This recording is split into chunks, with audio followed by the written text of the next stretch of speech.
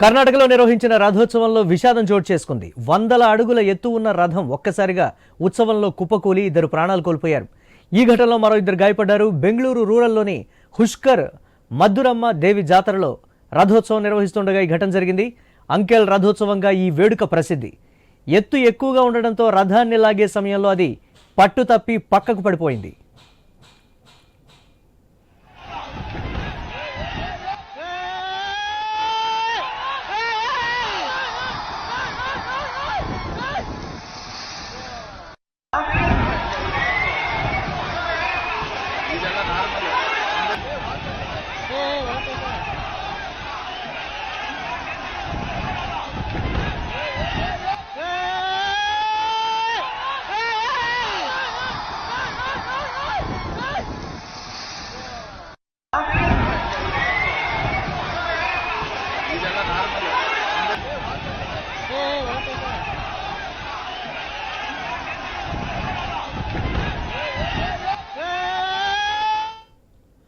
కర్ణాటకలో నిర్వహించిన రథోత్సవంలో విషాదం చోటు చేసుకుంది.